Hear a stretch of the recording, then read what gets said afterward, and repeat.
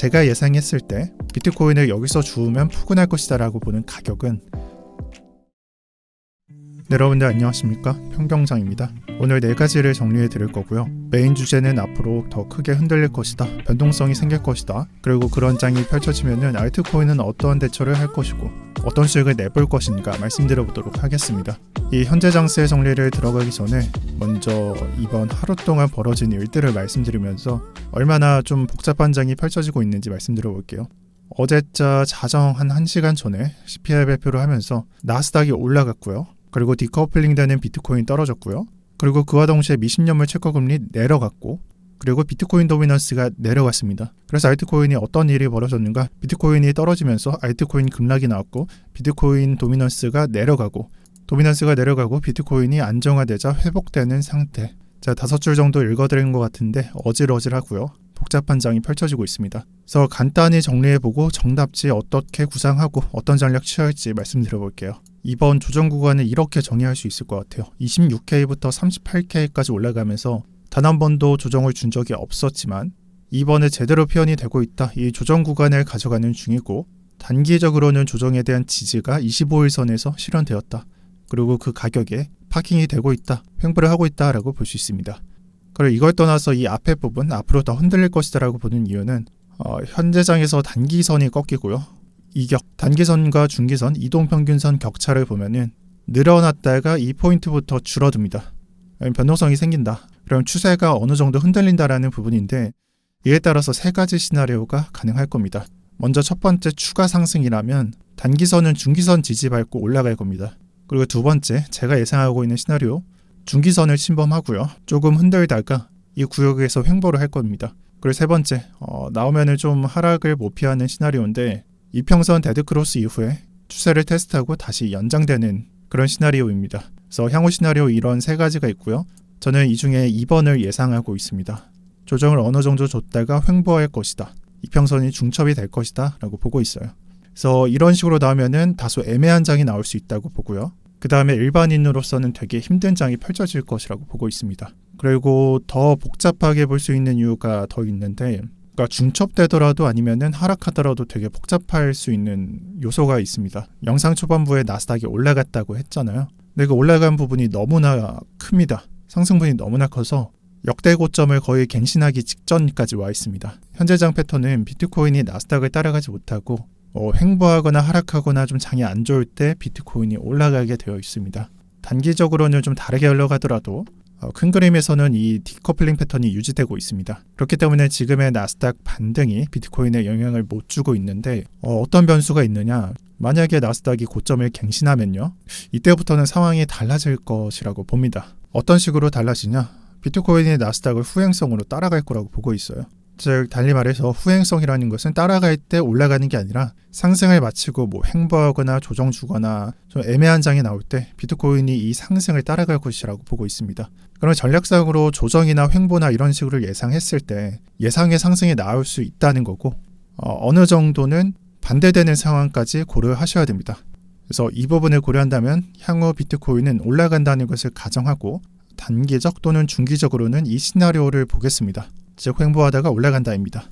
또한 이 조정 구간에 대해서 생각해 봤을 때 저의 경우에는 25일선을 좀 지지로 또는 중첩된다라고 봤으니까 대략적으로 35K 또는 34K에서 횡보하는 구간, 이런 구간을 예상하고 있을 겁니다. 그리고 아마 다른 사람들은 좀 다르게 볼 거예요. 조정 크게 나온다, 어디까지 내려가겠다, 예를 들어서 좀 크게 내려갈 수도 있다, 이런 시나리오들이 있죠.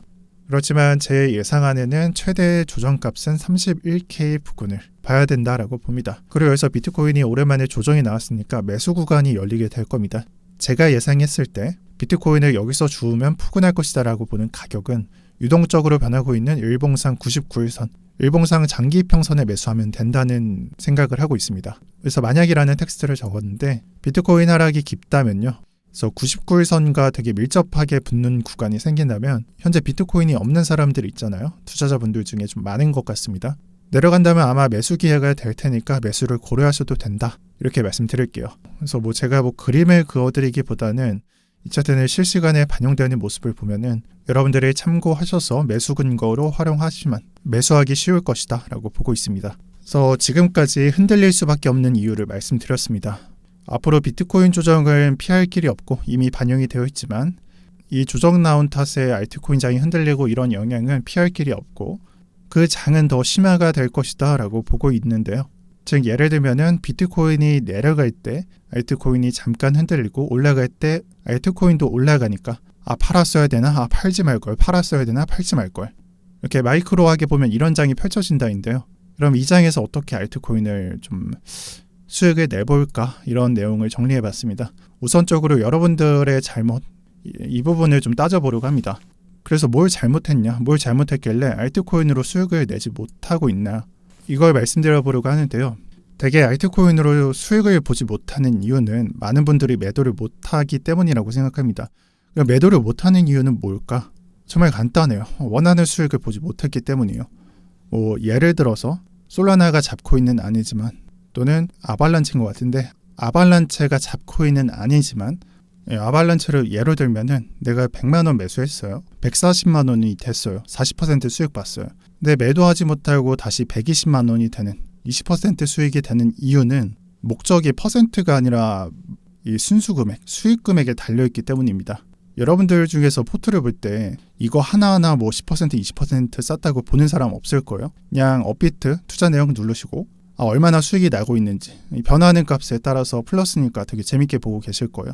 그래서 매도를 못하는 거예요. 그리고 매도를 못하기 때문에 일어나는 일은 종목이 10가지 있다고 가정을 해봅시다. 그러니까 10가지 종목 중에서 오늘은 1번이 쏘고요. 내일자에는 2번이 쏘고 그리고 3일차에는 1번이 쏘고 계속 반복된다라고 가정해보세요.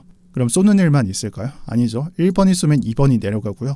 2번이 쏘면 1번이 내려가고 계속 반복됩니다. 근데 결국에 이게 어떤 식으로 결과가 나오냐면 오늘 498만 원 이득이었지만 내일 510만 원 이득이 되고 오늘자에 483만 원 또 되고 내일자에 520만 원 되고 결국에 500만 원에서 그냥 도돌이표인 거예요. 왜냐? 내가 수익을 보더라도 내려가는 부분까지 반영이 되니까 어찌 보면은 그냥 똑같은 행위가 반복되는 겁니다.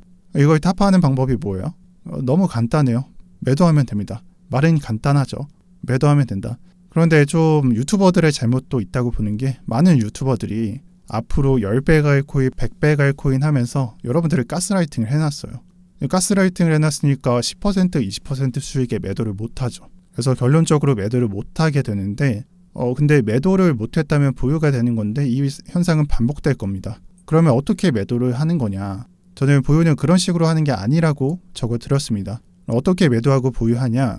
세타퓨엘로 예를 들어보도록 하겠습니다. 세퓨를 만약에 10% 최초 매수했다면 저였다면 최종적으로 높은 수익률을 보는 건 2%에서 3%일 거예요. 매수하고 분할 매도를 하고요. 남은 비중 들고 있다가 또 올라갈 때 매도하게 되니까 2.5%이 정도 남을 겁니다.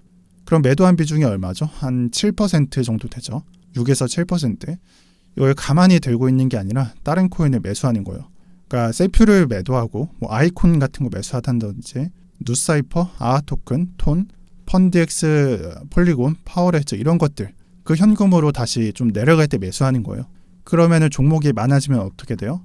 결국에는 짜잘짜잘하게 남으면서 다 수익을 볼 수 있겠죠. 그리고 만약에 정말 만약에 좀 예를 들어볼게요. 반대로 생각하면은 비중이 낮아서 2%, 3% 비중으로 무슨 수익이냐라고 생각을 하실 수도 있어요. 내가 100만 원 매수했는데 나중에 남은 거 보니까 1억 먹을 걸 지금 2천만 원밖에 못 먹고 있어. 이런 상황이 온다는 건데 즉 존버했다면 많은 비중을 들고 있지 않을까 이런 생각인데 전혀 틀린 생각입니다. 100만 원 매수했다가 2천만 원 됐어요. 근데 그게 1,000만 원이 됐어요. 여기서 안 팔까요? 사람들 무조건 팝니다. 여러분들 중에 존버를 할 수 있는 사람은 정말 소수고 극한의 소수예요. 그러지 않으려면 이 방법을 통해야 된다라고 말씀드리고 한 가지만 더 예를 더 들어볼게요. 제가 2원에 샀는데 20원에 절반 팔고요. 10원을 갔어요. 근데 벌벌 떨면서 20원, 30원에 못 팔은 거 후회할까요? 절대 아니에요. 이렇게 절반 정도 또는 분할 매도를 한 사람은 10원이 아니라 3원, 4원이 되더라도 들고 갈 거예요. 어느 정도는 후회는 하겠죠. 근데 매도는 안 한다는 말이에요. 그렇지만 정반대가 되면은 보유할 확률이 굉장히 낮다. 무조건 팔게 돼 있다고 봅니다. 그래서 이런 방법을 택하면서 알트 비중을 관리하시면 되는 거고요. 그 다음에 알트로 3, 4배 수익 보기라고 적어드렸습니다. 지금 알트로 수익 보는 방법에 대해서 첫 번째를 설명했는데 두 번째도 설명드리는 겁니다. 이 방법은 어떻게 보면은 비중을 전략적으로 준비하는 겁니다. 그리고 지금까지 설명한 방법은 매도 매수하는 방법이에요. 둘 다 어떻게 보면 알트 비중을 늘려가는 방법에 해당합니다. 그리고 존버하는 방법에 해당하고. 근데 비중 관리는 어떤 걸 관리해야 되냐? 약간 흔들리는 장을 과정하고 접근해야 됩니다. 그냥 무질성으로 비트를 50% 확보해야 된다. 또는 70%, 80%까지 늘려야 된다. 지금 상황에서는 비트코인 100% 들어야 된다. 이런 말을 하는 게 아니에요. 전체장이 흔들리는 상황을 가정하고 지켜봐야 된다는 거죠. 앞으로 알트가 흔들릴 만한 환경은 정말 많습니다. 비트코인이 갑자기 흔들릴 때, 그리고 도미넌스가 갑자기 급반등할 때, 또는 좀 예외적인 상황이지만 알트코인이 상장을 했어요. 지금 상장빔 안 나왔죠. 그래서 상장하면서 급상승하면서 모든 거래대금 다 빨아들여요. 이거 무조건 환경적으로 흔들릴 수밖에 없는 상황이거든요. 이럴 때를 가정하고 접근하셔야 됩니다. 또 지금 설명은 안 드렸지만 나스닥이 갑자기 개떡락할 때, 그리고 듣도 보도 못한 시장의 환희가 넘쳐날 때, 이런 상황에서 무조건 이후에는 흔들릴 수밖에 없을 겁니다. 그리고 이 환경이 나오는 동안 예를 들어서 다 발라먹고 매수했다 매도했다 매수했다 매도했다 매수했다 매도했다, 초고가에 팔았다 초저가에 팔았다, 이 작업을 반복할 수 있다? 정말 말이 안 되는 방법입니다. 그건 사기꾼이거나 원유띠거나 둘 중 하나일 겁니다. 그러면은 좀 불가능할 거를 좀 가정하고 접근해 본다면 저는 비중 관리를 통해서 이 작업을 해야 된다고 생각해요. 우선적으로 비트코인과 이더리움 현금을요 50% 확보하시고요. 그리고 그 외의 비중을 알트코인으로 채워 넣는 겁니다. 근데 제가 50%랑 70%를 구분해 드렸는데 이거를 어떤 식으로 선택을 해야 되냐면, 이번 장을 예로 한번 들어볼게요. 이번에 비트코인이 내려갔죠. 아마 오늘 오전까지 좀 수익이 깎였을 거예요. 그리고 그 비트가 내려가는 꼴을 보면서 매도를 했거나 매도를 고민하신 분들이라면은 이거 70%까지 배치하시면 됩니다. 이 둘 중 하나 해당한다. 70%까지 하시면 돼요. 근데 이 반대로 나는 전혀 안 흔들렸어. 너무 푸근했어. 그러면은 비트코인 지금 50% 배치하거나 아니면은 좀 현금을 들고 있는 비중을 알트코인으로 바꾸는 작업을 준비하시면 됩니다. 즉 이분들은 50%까지 보시면 될 것 같아요. 이게 전부입니다. 그럼 주제가 알트코인 3, 4배가 되는 방법이라고 설명드렸잖아요. 이게 무슨 방법이냐라고 생각하실 거예요. 여기서 제가 한 가지 좀 강조드리고 싶은 건, 이 상태에서 알트코인 채워놓은 거 있죠. 그냥 보유하시면은 자동적으로 따라오게 되어 있습니다. 그래서 지금 두 가지 설명드린 거 참고해 보시고, 내가 앞으로 알트코인 비중 어떻게 보유하고 어떻게 늘려가고 어떻게 매도할 건지 여러분들이 잘 선택하셨으면 저는 좋겠습니다. 많은 분들이 따라오지 못하겠지만 10%라도 따라온다면 다행이라고 생각합니다. 제가 개인적으로 좀 어떻게 하고 있는지 설명드릴게요. 개인적으로 저는 이번 장에서 매도 저도 했을 거 아닙니까? 이 매도한 비중은 전부 현금으로 들고 있고요. 앞으로 다시 그 현금을 알트코인으로 바꿀 생각입니다. 그리고 여러분들한테 권고드린 적, 추천드린 적은 없지만 저는 비트코인 좀 더 팔아도 될 것 같아서 비트코인을 좀 더 매도하고 비중을 알트코인으로 편입할 작업을 할 것 같다. 아직 안 했다는 겁니다. 그리고 곧 할 거라는 것을 암시하고 있는 거고요. 이것까지 분석하고 있네요. 아무튼 이번 1년 동안 비트로 2배 정도 벌었고요. 저는 그렇기 때문에 좀 더 레버리지를 가져가도 된다고 생각을 하고요.